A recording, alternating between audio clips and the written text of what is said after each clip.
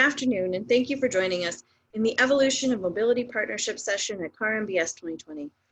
During the session, all audience members will be muted to ensure a quality user experience for everyone participating. Please submit your questions by using the Q&A function. If you have any other questions regarding the virtual MBS experience, please feel free to ask those questions at the information desk in the virtual lobby.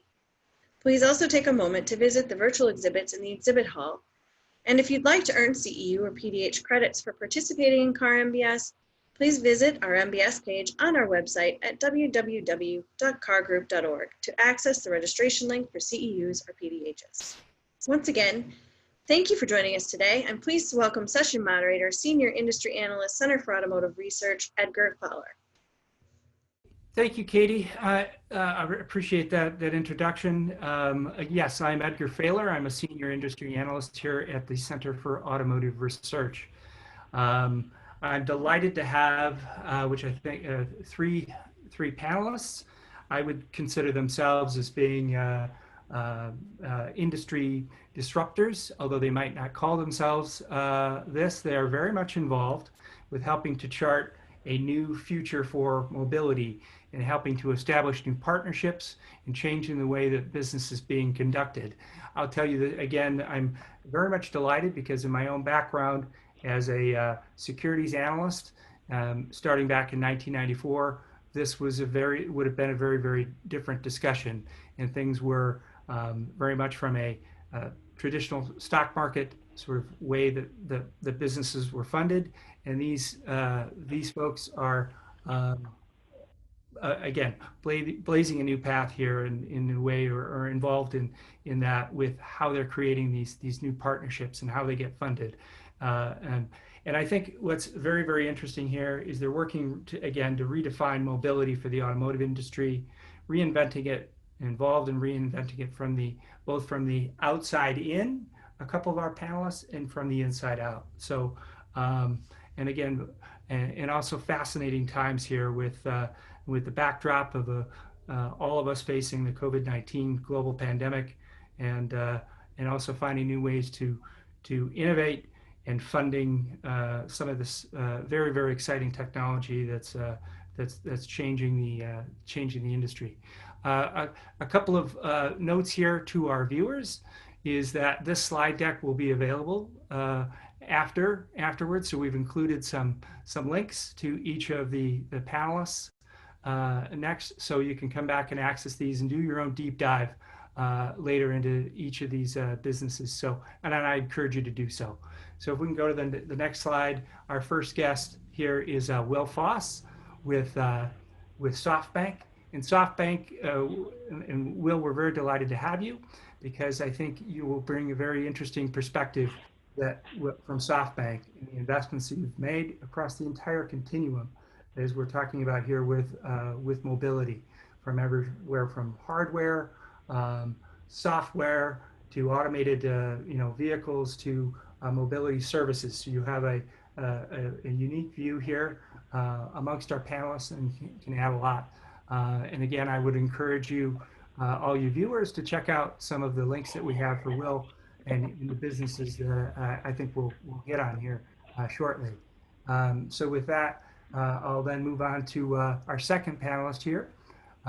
Jorg Weisgerber is with Hella Ventures, runs Hella Ventures for the, many of you will know Hella and their reputation in the automotive industry with a lot of the advanced safety systems and that are going into these vehicles.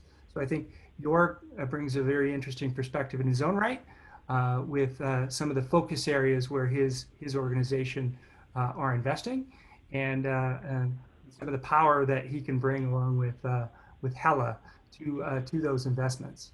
And then lastly, we have Chittenden, and I apologize, Chittenden. I've practiced pronouncing your last name a number of times, and you're going to have to correct me a little bit here, but I've tried. But Chittenden brings also his own, I think, very, very interesting perspective here, from that of someone who's investing, who's working with those investments in pushing his startup ahead in automated vehicles and trucking. So I think both there's he can speak to his experience in raising capital, how that's changed in his experience, and then also some of the things he's doing with his business that are unique and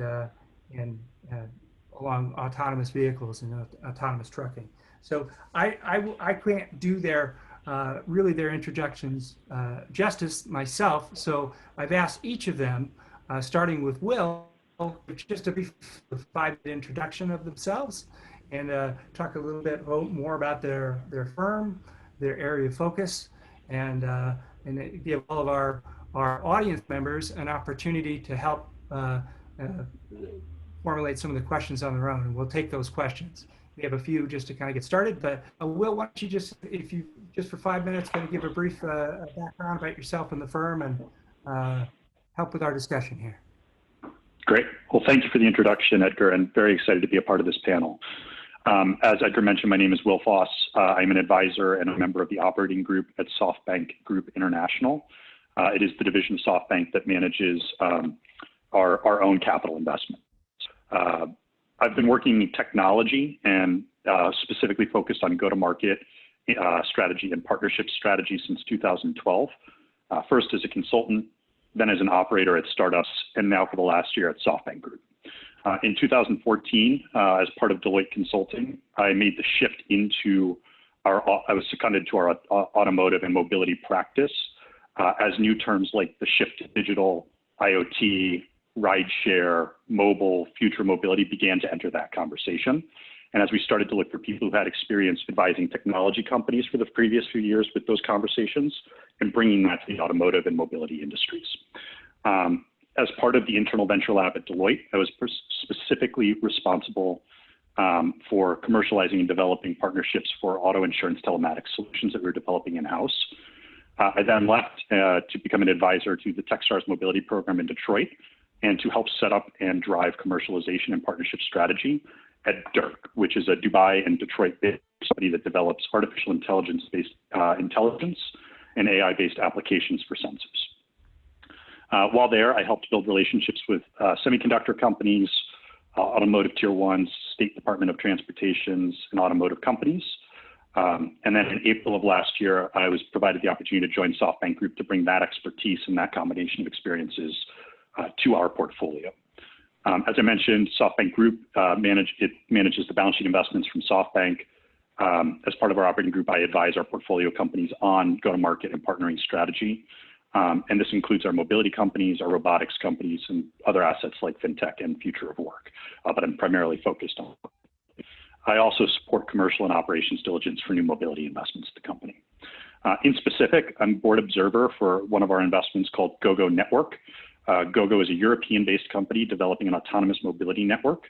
I also work with Boston Dynamics, which just announced a program with Ford to help the efficient and continued production of vehicles using their scanning technologies, and Fetch Robotics, which is providing decontamination solutions using its automated mobility robots. At Softbank, we invest across the mobility landscape. We invest in everything from how people use transportation to delivery, to owning and buying vehicles with companies like Kavak in Mexico, the financing of vehicles, ride sharing, electrification with companies like Ola in India, as well as then supporting the manufacturing and production of vehicles with companies like Boston Dynamics and Fetch. We also invest in autonomous systems, so we have put our bets to play across the ecosystem, as Edgar mentioned. We're a little bit lucky in our position, and this will be sort of my final comment before turning the mic over. Mazda, our founder, has been very public about our 300-year vision, and that has created our ability to provide patient capital, bringing our ecosystem of #1 disruptors and our network of operators in the space and investors in the space to drive value creation at our portfolio companies. We also have the ability to invest across stages of companies and types of companies, with everything from semiconductors to communications to sensor technologies to intelligence companies to mobility companies.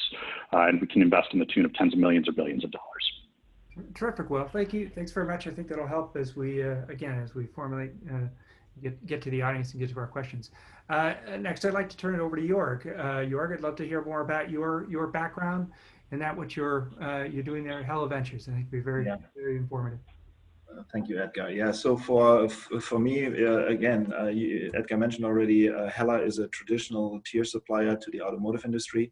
So I don't need to talk a lot about that industry. Most everybody is probably very familiar that's in the audience, how that business works. I'm here today mostly because of our ventures activities. So Hella decided about 5 years ago to start activities in the Silicon Valley, and we are now also opening offices in other regions of the world. But we decided to do that, and because there is those standard venture capital firms that are providing a large amount of capital, but also a lot of corporate companies like ourselves, the tiers, but also the OEMs that have looked into new technology through venture activities. I wanted to bring a little bit the story about how Hella became, someone in a very competitive field in the Silicon Valley. And what we do is we try to not only invest money, because I think their will is much better, has larger pockets, and I think that's the main business of the people that do venture business as their main business model. But for us, what we wanted to do is we wanted to bring a value add to the startups. So that means it needs to be a certain synergy where we can either bring market access or complementary technology or something that would be unique for that individual case.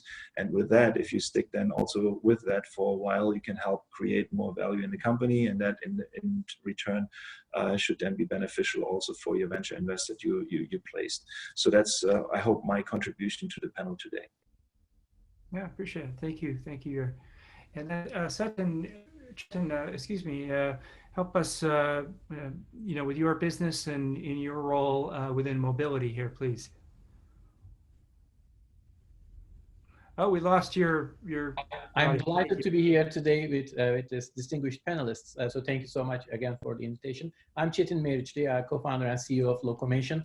And at Locomation, we are developing safe and reliable self-driving technologies with a focus on semi-trucks and with a more near-term focus on autonomous convoying. And I'm going to explain why that. As for my background, I've been in AI and robotics in a professional capacity for about 20 years now. And in the last 10 years, I spent at Carnegie Mellon's Robotics Institute. Some call it the birthplace of self-driving vehicles. And I've been very fortunate to have worked with some pioneers in the industry. Together with them, I had exposure to a plethora of applications of autonomous systems, indoor and outdoor, off-road and on-road, military and civilian, all the way from scientific inventions to production systems. So that exposure gave me and the rest of my team a lot of know-how, and what we even more value, a lot of know-how not to. So we really take pride in knowing how to do things, and also take pride in knowing how not to do things. Put that superimposed with the landscape of evolving mobility and evolving autonomous driving landscape in the past several years. About 3 years ago, we decided to make a commercial move, take all of our know-how and know-how not to, and laser focus it on a commercial application. That's why we decided to start Locomation, and we officially started Locomation almost exactly 2 years ago. We are focusing on disrupting the way freight moves, and there are very good reasons for focusing on freight over passenger moves. We very early on identified that freight automation is not just more needed, that's a deep need in the industry right now. It also has the practicality of constraining the operating environment of autonomy, and hence bringing a safe and reliable and certified product to the public roads, which the safety bar to clear is very, very high, especially higher if you are talking about 40-ton trucks. My academic background is in robot learning and machine learning, and with a focus on perception and computer vision. But across this 20 years, I worked on, published in, and got exposed to everything regarding AI and robotics. And this helps in decision making, both in the technical part and in the business part, which we see as an entangled unibody for a successful company. So I'm really looking forward to the discussion here. Yeah, I appreciate that, Chet. And I think this gives us, again, our audience some background and it will help them with questions and that and help with discussion. So I appreciate all of that from our panelists. Let's start with just maybe it sounds like perhaps a very basic question, and we've hit on some of these things, but I want to make sure I'm understanding where you all are coming from and how you think about mobility. How do you define it for your own? Again, we've hit on kind of some of this already, but want to make sure perhaps you have some thought that might even surprise some of our audience members about how you define it. So, Will, how do you? What are your specific focus areas for you? There within mobility, and how do you define that? What does that mean to you in SoftBank? Yeah, and I have to give full credit of authorship of this statement to Ted Serbinski from the Techstars Mobility Program, but I tend to subscribe to a very broad definition of mobility that includes anything that facilitates the movement of goods and or people. And I think at SoftBank, I've been very pleased that we are able to maintain that extremely broad definition. This can include anything from the obvious, like ride sharing, electrification of vehicles, alternative ownership or car subscription models, but it could also include sensor intelligence, whether or not it's local to mobility or broader types of sensor intelligence, vehicle manufacturing and alternatives to that, plant operations, the semiconductors and foundational layers and the hardware that makes mobility possible, and communication systems. These are all core competencies at SoftBank. It's areas where we have expertise and things that we are able to then provide to our investments to help them succeed in this new and evolving mobility landscape. So for me, it really is that broad definition. And I think we put our money where our mouth is. As I mentioned, a company in Mexico, Kavak, which is doing financing and purchasing of vehicles. We've got Ola in India, which is doing the electrification of vehicles. And we've got supporting of the manufacturing of vehicles with companies like Foss Dynamics and Fetch. And we look at companies like GoGo that are really going to drive the operations of mobility in the future. And what areas what's the common thread there, aside from the obvious mobility, but what is it that attracts you to these, that brings these together for you within mobility? How do you think about that? Yeah, so it's, from my perspective, it's intentionally ambiguous, and it goes across for exactly that reason. I think the short version is mobility touches every single person in different ways every single day, and we at SoftBank have a way of looking for how we can invest in the ways that people move and interact every single day. And so I think all of these things affect that. I think you can look at some of these industries and say they're very clearly ripe for disruption. You can look at some of them and say, we need an... Oh, we lost your audio there, Will. Oh, am I back? Yep, you are back. Yeah. No, I was going to say, and so I'm not sure exactly where I lost, but some of these are very obvious. We're looking for the leading disruptor in a particular space of the mobility ecosystem. In other cases, we find out, there's an infrastructure component or there's a enabling technology that we want to go find, and we'll actively go look for companies like that. I appreciate that. York's a question. What are yours, folks? Perhaps you can elaborate quickly on that, and how you tie that back to Hella. Yeah, for us, the focus is a little bit more narrow, but almost the same as for Will. We want to help the OEMs to make their cars better. And that's why we are looking into sensing technology, but also software solutions, but everything around the vehicle that it fits a little bit our product portfolio or our intentions. Also, we invested into a holographic company for some of their technology, and we help them to foster on that one. But as well, we're looking into the supply chain and the manufacturing as well. So into eventually logistics, how to run logistics more efficient, but then also how to optimize manufacturing. Because I think in the automotive world, we are somehow already at the edge of high tech manufacturing, but there's always improvements possible. So we're looking into that as well. So that's a little bit more narrow because we are focusing on OEMs, but we are also looking into the process, getting parts into our facilities, but also processed a little faster. So that's what is a little bit our spectrum that we are looking into. Yeah, I appreciate that, Jorg. And that process portion, I'm not sure that our audience members would necessarily think of Hella in that way.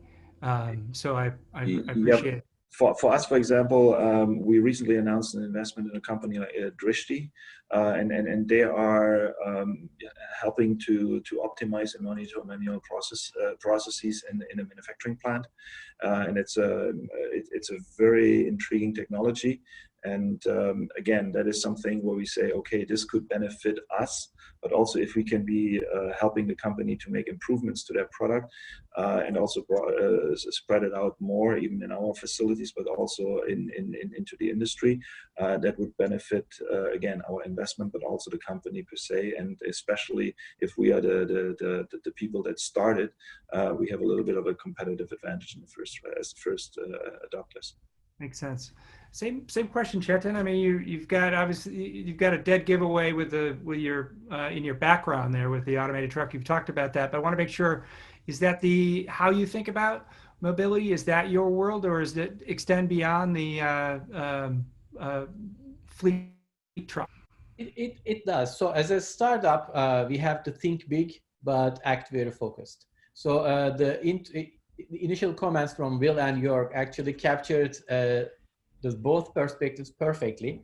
To define mobility, I mean, the word by word definition of mobility is the ability to move. And as technology developers, we have great passion and great vision in changing the way everything moves one day. So, but as a startup with limited resources, time, money, and otherwise, we have to focus on something. So we are really adopting it sounds very cliche, but we are really adopting a traditional startup model where it's all about defining a minimum viable product and a minimum viable market segment, go win that market segment, but does not execute in a myopic fashion, always keeps a roadmap, always has multiple dots connecting that initial product, initial market segment, all the way to automating the entire freight network, the entire supply chain, or the entire transportation, including people. From that lens, we identified that freight is the more obvious and near-term venue for autonomous driving, where autonomous driving can actually add meaningful value and meaningful sense. And focusing on the large end of it, the trucking component, and especially with a focus on long-haul trucking, where over 70% of everything we use and we consume comes through us or goes through from point A to point B. That seems like the big bulk of where the value could be. And incidentally enough, that segment is also the segment that has a couple of chronic pain points. There's an increasing skilled labor shortage. It's not just the sheer number of people with commercial driving licenses, but experienced people, safe people to do so. And there are very good reasons that we don't have time to go into. And there is a chronic asset utilization problem. So everything about, from the overall freight transportation sense, everything is about either growth or safety or efficiency. And anything can be expressed as a subcategory of one of these three things. The efficiency part is obviously very important. This is a big capital expense heavy business. And the average asset utilization today is only around 30% on long-haul trucking. And that is simply unacceptable. And again, there are many good reasons for why the industry evolved this way. But there are also very clear indicators that the industry cannot go on that way, because we are now living in a different world. We are now looking at a different way of consuming things, increasing volumes in the overall freight movement, mostly because of the online retail components. We are growing bigger, and we are growing impatient. So I want to click somewhere on my screen and I want something to materialize on my doorstep now for free. And for that magic to happen, a lot of disruption needs to find its own place and its own timeline in the supply chain. So that's what all Locomation is about. We are starting with a very particular application, but we have 10 follow-ons coming after that application already lined up. That every day we wake up and we work towards that. No, I appreciate that, Chittenden, and we've got a lot of questions to get here too. So I'm gonna. One of them we have is this landscape with partnerships, as I said, are becoming more and more important in how technology gets funded in that these days than ever before. And I'd like to get your sense, if you have one example, I'd like to get your perspective on how the landscape has changed in how these partnerships are formed. If you have a notable deal, an announcement, an example, something that just one that comes to mind that might illustrate how you're seeing this process changing and having an impact. And Jorg, why don't I start with you on that real quickly? If you can point to one example for us and of again how this is changing and what kind of impact it's having. Yeah, I think the partnership aspect is becoming more and more important because not one single company can handle everything by themselves. And I think there is, from an example perspective, we have a few invests where we are also investing for different reasons, even with competitors. For example, we have a co-investment with Bosch, which is usually also a big tier supplier in Light Field Lab. So that that's the company that I described which is looking into holographic technology. But we have different ways of looking at the company. So the company on the one side, for us, is interesting for some of their technology. Bosch looks at it as a little different. So, but we are both helping to finance, and we have then a very, very strong financial VC in there. So that's a partnership where I think in the olden days, all the tier companies were very much focused on their own gain, on what they can win out of this deal, and wanted to keep it all to themselves.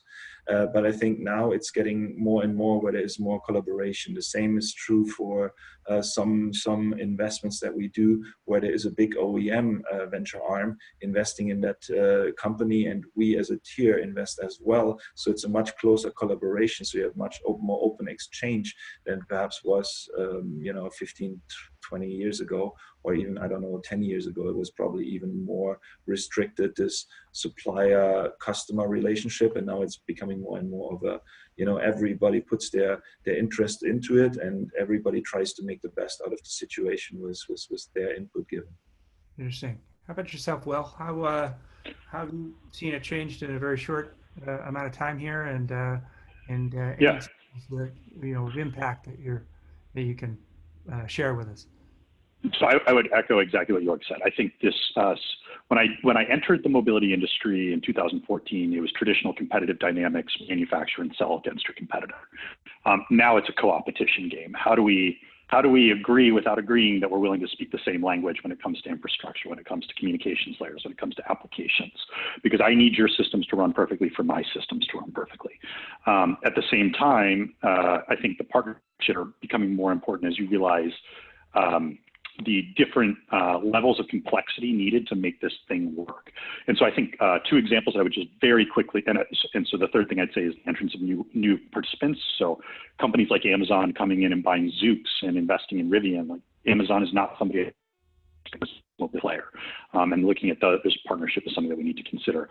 Two quick examples from our portfolio. I think GoGo Network, really their view of the future of autonomous cars is not a car, it's a network.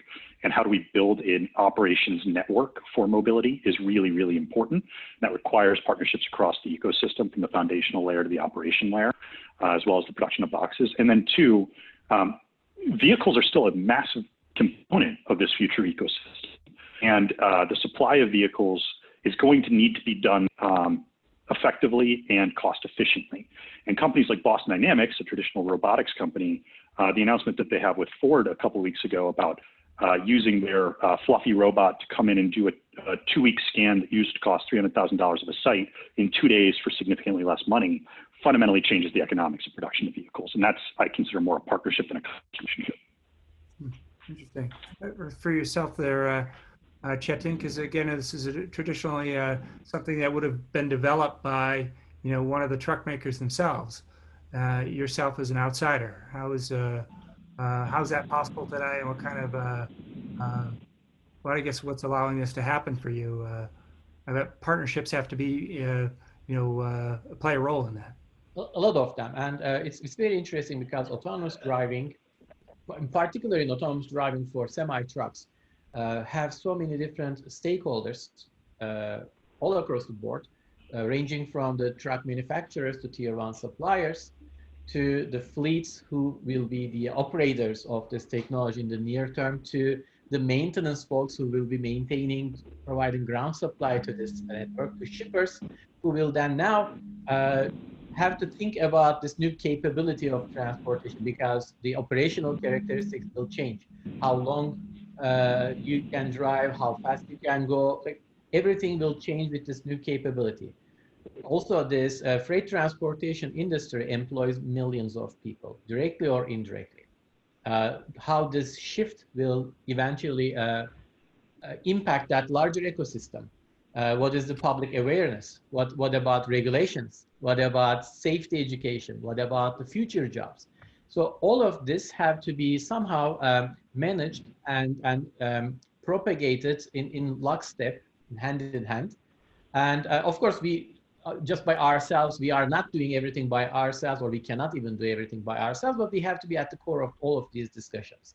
And we can only bring this entire landscape forward into the future with proper partnerships, with the right skin in the game, with the right incentivizations, and the right bandwidth of communication. So on that matter, we already have some formally announced, some not unannounced, several partnerships. We have our very first customer commercial engagement already announced, and you actually just got back from our very first large-scale field deployment, where we actually operated on a real freight network with real commercial cargo, etc., which was a very successful deployment.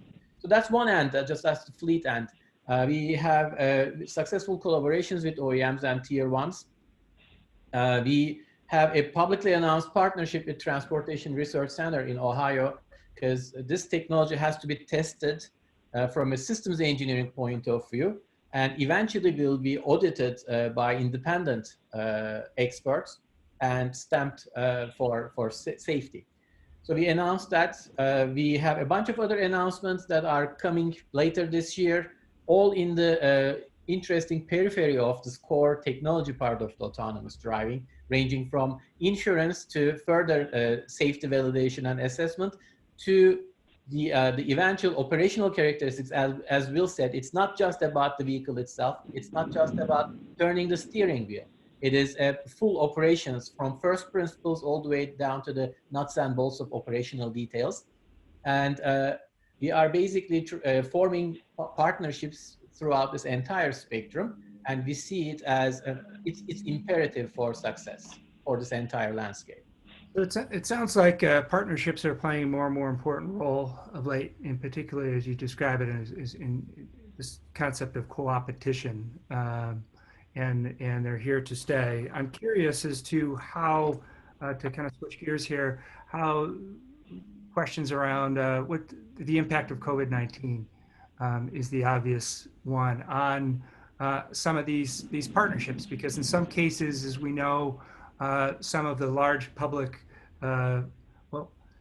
many of the OEMs are faced with their own sort of capital constraints as a result of COVID-19, and how that's impacting your, these formations of partnerships and their ability to become sustainable. Will, how do you think about what sort of COVID-19 the challenges, but perhaps there's opportunities for some of your portfolio companies and investments? Yeah, so I think you hit the nail on the head, and I'd look at this from two different angles. One is the reprioritization of core dollars towards core businesses as you sort of get into protect that core. creates, I think, the opportunity to identify partners that you can leverage to provide the technologies or systems or tools that you may have been intending to do in-house. And so I think for some of our portfolio companies, that has created an inbound demand for their technology or their services in places where it may have been attempted in-house previously. I think that's really good from a partnerships perspective. It allows each to really focus on what's important to them. At the same time, I think some startups will fail. They will run out of capital, and that creates potential IP portfolios or talent portfolios that are out there for either incumbents or for rising startups and disruptors. I think that's one angle. I think the other angle is just a very clear decontamination effort to keep these businesses operating. And if I look at one of our portfolio companies now public, we can talk about it. Fetch Robotics, which develops autonomous mobility robots for factories and plants, has partnered with a company called Build with Robots and with Piedmont National to develop decontamination solutions that use UVC lights and sprayers on the AMR platform that Fetch provides, and Fetch's cloud analytics suite of software and tools to be able to disinfect operation centers, disinfect work locations, so that we can get back to work and we can actually produce the vehicles we can and safely. And they're able to show now in the 3 months, 4 months that COVID has been an issue here in the U.S., a shutdown issue in that, that they can do 100,000 square feet in an hour and a half at 99.9% accuracy. So clearly some opportunities there for some of the portfolio companies and the true disruptors. How about yourself, Jörg? Unique position that you are investing in changing things from the inside out, and along with Hella, everybody is, automakers and auto suppliers are feeling some having to reprioritize some of their capital, for liquidity and whatnot. How can you and your business and your ability to form partnerships here? I think what Will said. I think there's two sides of the medal. The one is the technology side. So yes, there are some companies that are now really finding their niche or finding their market because of different requirements that are popping up because of COVID-19. So less personal interactions. So there's certain things that are going there. Like Will said, some disinfecting processes. So there will be new startups, new technologies that are really striving in this situation. From the financing side, I think there's two different options. So I think on the true venture capital firms.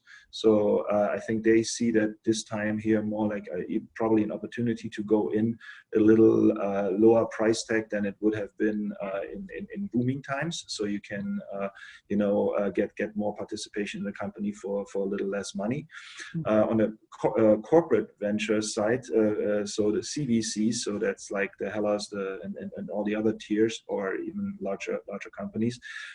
For them, it's a little bit a situation, okay, where you put your money. So it could end up where you say, okay, because we are hurting somewhere else, we are drying up a little bit the money that we would invest into a venture into a startup company.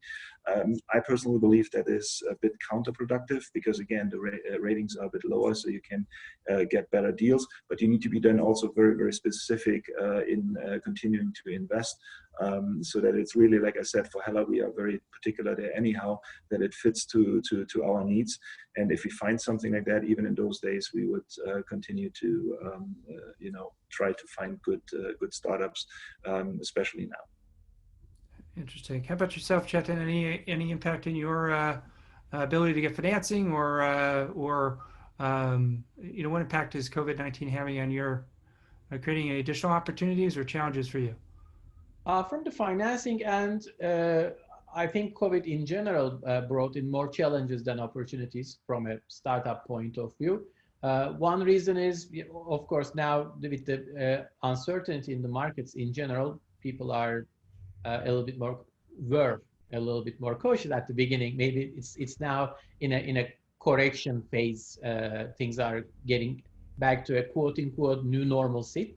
But initially there was a little more chaos and a little bit more uncertainty, and that's on top of that. Now all of a sudden, maybe for the first time in the history of venture capital, we were not able to get get into in-person meetings where you actually bond with your future investor, and same with the investor too.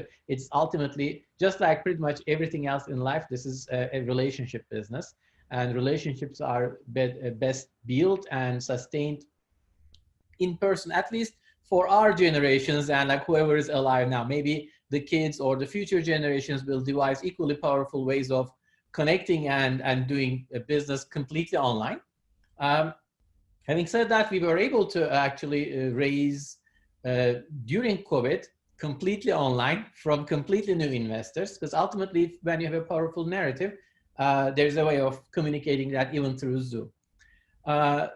That's from the financing and from the operations, and of course we have a hardware component, so we have to be around trucks, inside the trucks, with the trucks on the roads, etc.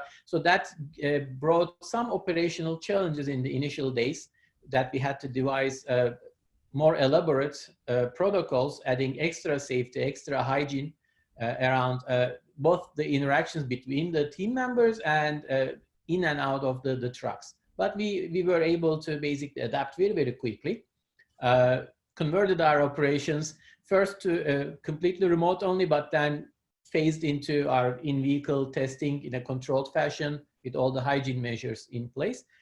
And from a business and prospects point of view, lastly, if anything, this last maybe 6 months now, time flies, showed us that how brittle our supply chain is and how desperately in need of we are of the right kind of transportation capacity in the right time with the right hygiene measures around. So that all is a big recipe for success for anything automation inside the supply chain.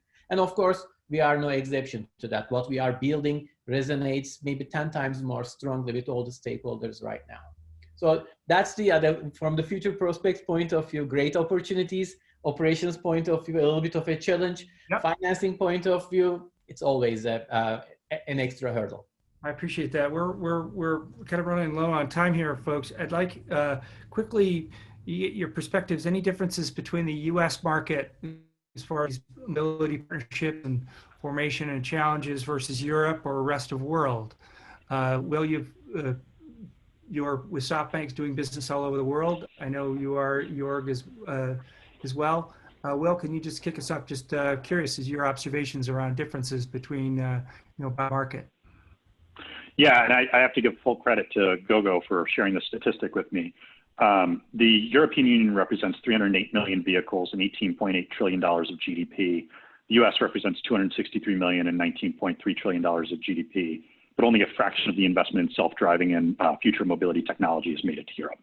The numbers they shared, I don't know if these are still the most relevant, so please don't quote me on the exact numbers, but roughly greater than 50 billion in the US, roughly less than 5 billion in Europe. To me, that represents significant opportunity or underserved opportunity in Europe. Obviously, the US is a massive market, but us at SoftBank, we're able to take a global view on a lot of things. I think for us, that's an exciting opportunity to partner with a company like GoGo to get exposure out there. And then I think there's great technology, and we can look at the European companies like Hella and the automotives that are going to be in close proximity to these new technologies, and we should be close to it. I appreciate that. How about yourself, Jorg? You obviously with both Europe and the U.S. being in presence, and of course China as well. What could you add to that? Do you share similar experience that you're finding that Will is having, or see it differently? Yeah, I think we could talk a whole hour about the subject between those different continents, but I would like to bring it back into the subject that that we talked a little bit about, the invests and the money that is put into technology. I think traditionally, especially on the venture capital side, it is definitely the home base is still Silicon Valley. So there is, I think, most venture money is spent there, and most technology is drawn there. If someone has a good idea somewhere in the world, they're still trying to get a big invest somewhere in the Silicon Valley. You see that trend.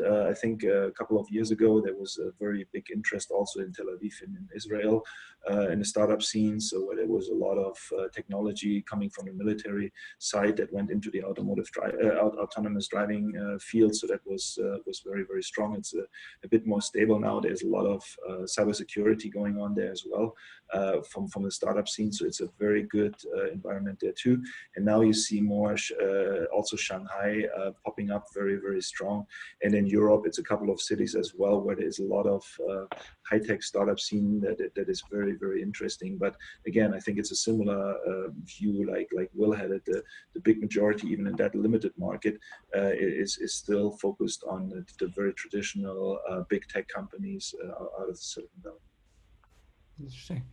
Chittenden, do you get any interest from international venture capital, or is most of your, you're finding that it's well established here, and it's your message is better received here?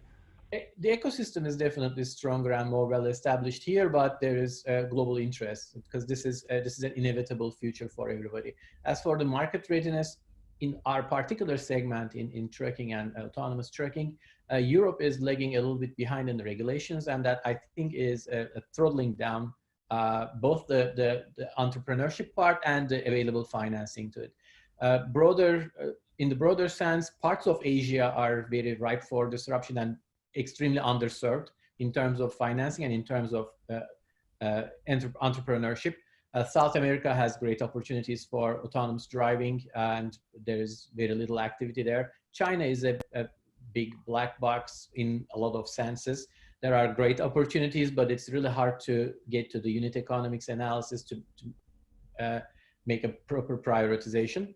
We are focusing in the United States because it's a massive market and it's more than enough to keep us busy and focused for some time to come, but not without planning for the global expansion in the middle future. Appreciate that. We're running out of time here again. We could go on and on, but one question around the government, the role of government. Is there a role for the government to play here in helping you, establish some of these partnerships and nurturing some of these partnerships? Jörg, what do you think with your presence in Europe in the U.S.? In the end, I think Chittenden mentioned it already before. So if you have a kind of an ecosystem, an infrastructure for some of those tech companies to work in, autonomy is also debated up and down on the legal side.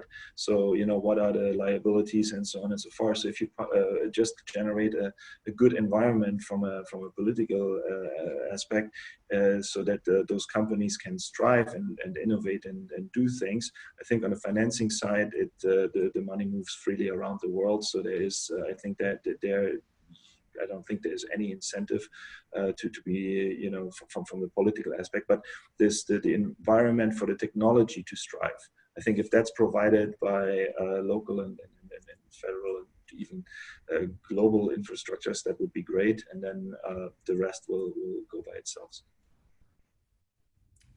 Will, do you have anything with your perspective on given your broad range of portfolio companies? What role can government play?